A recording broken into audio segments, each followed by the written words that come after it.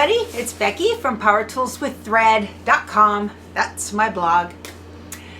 So today is day 4 of our Fa La La sew along. What'd you think? This has been a lot of fun so far.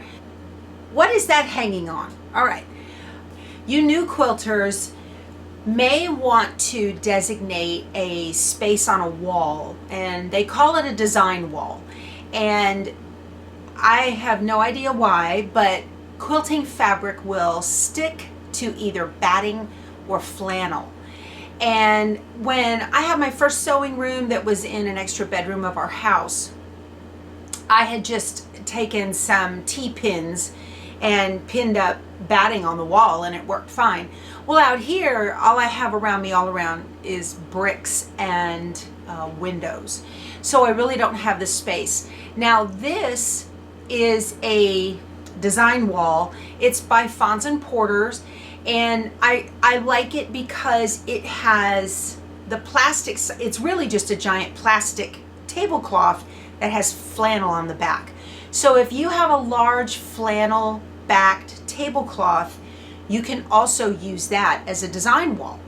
But this one has blocks marked off on the back. It has a grid on the back that shows through, and so that kind of helps me to align the pieces where I want them to go and everything. Now all this is the tree itself, and the only part of the backing, the only part of the background fabric that is on there is on those tree branches that go like this. Okay, so now we're going to have to add the background pieces. I'm not going to do that until I get my tree pretty much stitched together, the rows, the individual rows stitched together. The pattern wants you to take widths of fabric, of background fabric, the same width as the width of your blocks, all right? And take a certain number of those strips and sew them all end to end, and you'd have one ginormous long strip of fabric. Well, you can certainly do that, but you might end up with seams in the background fabric where you really didn't want them. If you have enough background fabric, I suggest you do, Pat Fryer called it juggling the background, to go ahead and put on there, you know, the width on each side of the tree that you need. On the pattern, and this is my copy I made that I write all over, right here,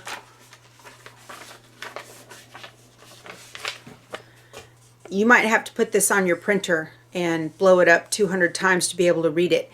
But here are the dimensions of those pieces of background fabric that go on each side of the tree. So that's very handy. You can do it like that if you don't want to piece all of those end to end and have them go like that. So that will prevent any seams kind of where you didn't want them. It's very handy to know how to do that. But I'm going to go ahead and sew all of my rows together today. And oh, let me take you over there and show you. There it is. So see, all that's on here is the background fabric right there. And then this way I can kind of keep everything lined up. It just works out a lot better to keep that all lined up.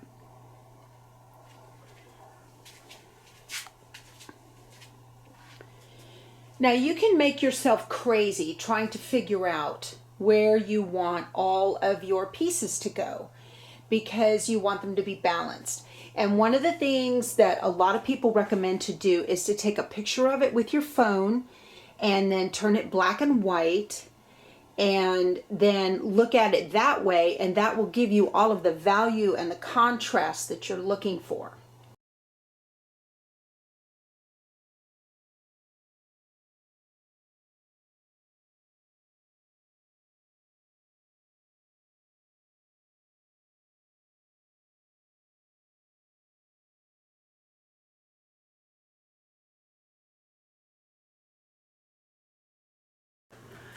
Another thing you can do, before the days of cell phones and the ability to just take pictures willy-nilly, they had these cool red glasses.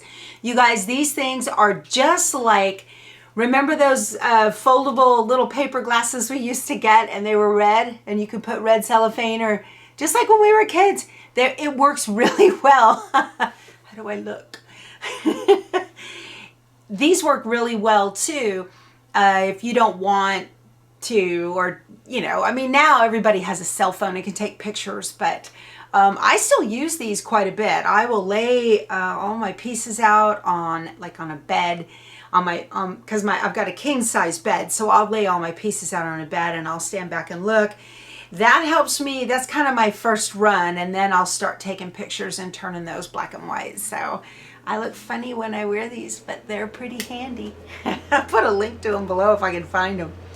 But remember, this is my backing, and I need to get this made up and everything. I'm loving these sew-alongs because I'm actually getting projects done. So I'm going to start sewing together some rows, and we will see you back here in a little bit. All right, if you remember when we were doing our pressing, we talked about pressing to the dark side, and that means that our seam allowance goes under the darkest fabric so it can't be seen from the back. Well, if you stick to that rule, when you get to the two top pieces that are going to make the top of the tree, both of them are pressed to the dark, which is fine, but when you go to put pieces together, you want to do what's called nesting. And nesting means that these seams, let me get this set right. Nesting means, I'm gonna get this all turned around. Nesting means that when you sew these seams together, they meet exactly right at the 1/4 inch up here at the top, so they're not off at all. And the trick to doing that is to have one side of the seam allowance go one way and the other side of the seam allowance go the other way. Jenny Doan shows how to do this on most of her Missouri Star tutorials. If you have any, you can see her do it a million times. I got to put my glasses on because it's a little close. Now, if you do that, both of your seam allowances are to the dark, and you're not going to get a proper nest. And so what do? Well, you have to take the lesser of two evils, and nesting properly is more important than the seam allowance not being able to be seen from the front side of the quilt. So what I'll do is, whichever fabric is lightest, or sometimes even that doesn't work, I will fold to the other side. So I'm going to show you how I do this. I get those right next to each other. I'm going to turn this like this. I don't cut off my dog ears unless it's being pieced intricately with another quilt piece right next to it. Butt it up against each other exactly right there. You make sure that your edges are even on the block. I take that pin, I push these seams together, I take the pin, I go in one side and out the other like that. And that locks those seams together. And you beginner quilters, you may want to marry up the bottom edge of where your seam allowance is going to be and take a pin and just put that in there. As you get better and better, you won't need to do that, but you want to keep that end as close, you want them exact as possible all throughout, so that the bottom fabric does not get pulled through faster than the top. Oh, if you do not have, this machine has what's called a single hole needle plate under here, and so it does not do a zigzag or anything like that. This is strictly a straight stitch machine. If you have a regular sewing machine, you would want to switch to the single hole needle plate that you can use. That prevents the fabric from being pulled down in. Or if you are using a regular sewing machine and you don't have a single hole needle plate, you would want to use a scrap and maybe use a, fold it in half and use it as a way to start, and then pull this in underneath. It's called leaders and enders, and you may want to use a leader to prevent you from pulling your fabric down into the feed dogs. No chance of that with this machine because it has a single hole needle plate. Now, yes, I've got a pin right here. So I go very slowly to go over that pin, and then I pull it out, and then I go ahead and go down the side.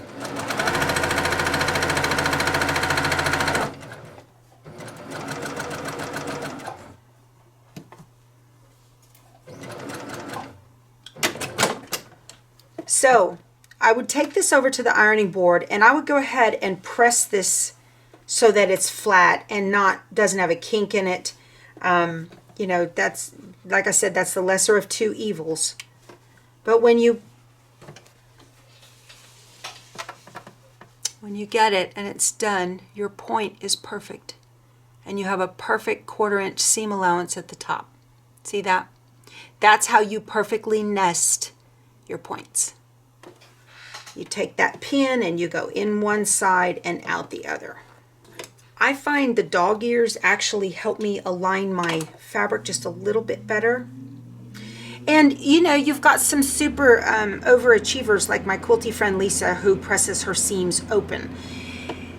So there's a couple of different schools of thought on that. If you have a quilt that is going to be a wall hanging,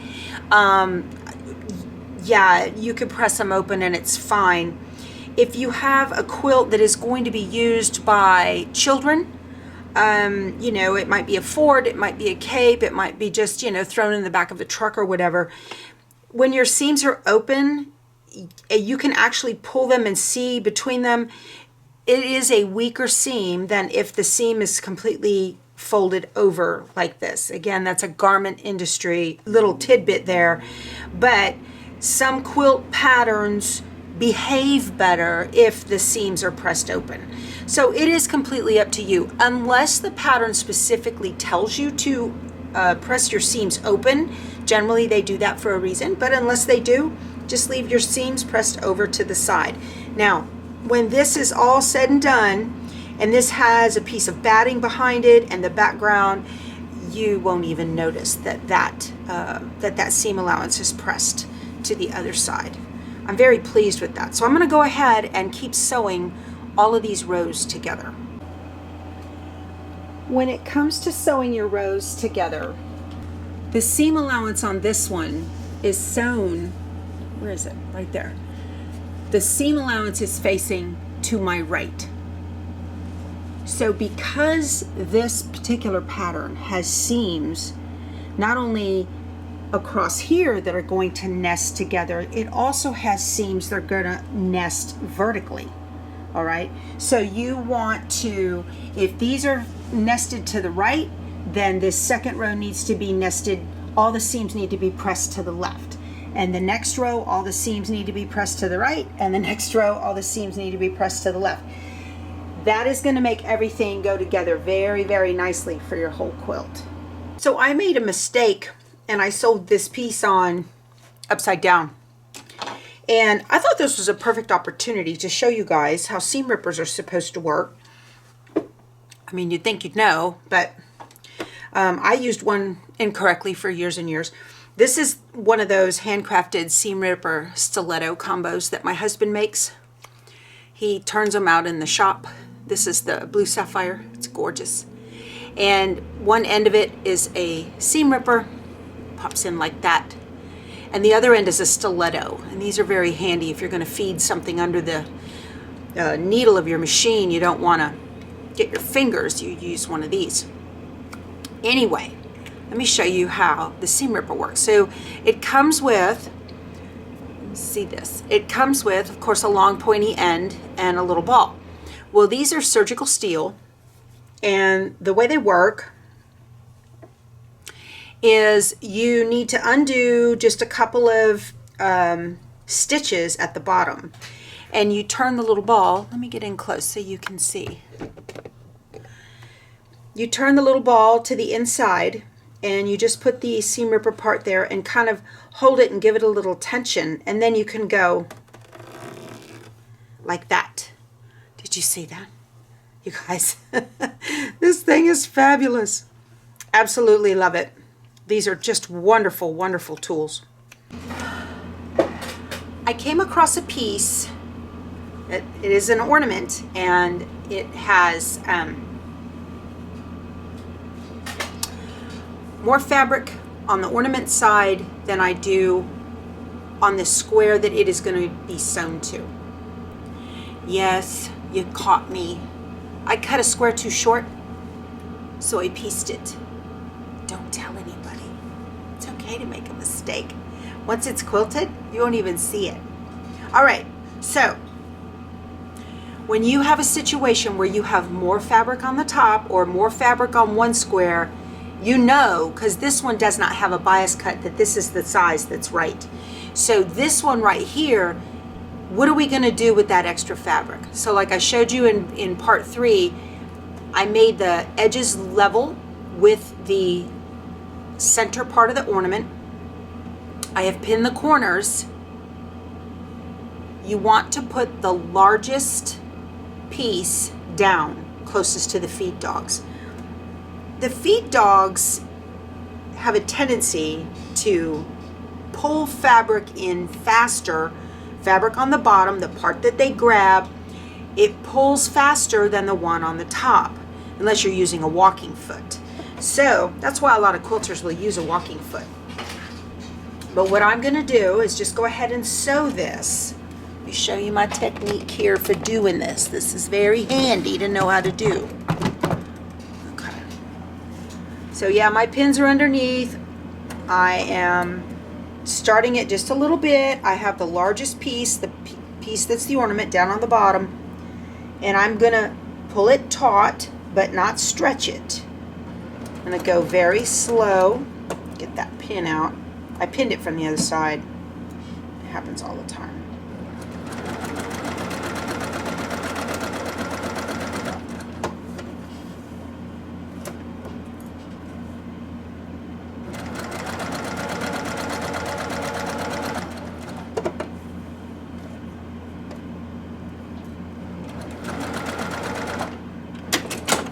So look, now it matches. It's perfect. I'm going to be able to press it completely flat. The feed dogs did their job, and they eased in. That's another garment sewing term. It eased in the extra fabric into the bottom piece. See that? Ta-da! Okay, I've got all my rows together. I still do not have the background fabric at the end of the rows, but today's mission was just to sew all of the rows together. I'm very happy with how this turned out, and tomorrow I will sew on the rest of the background and finish up the quilt top. Okay, you guys, that's it for today. We'll be back tomorrow and sew the rest of the background to the branches and finish out the quilt top. If you like this video, please give it a thumbs up. See you tomorrow. Bye.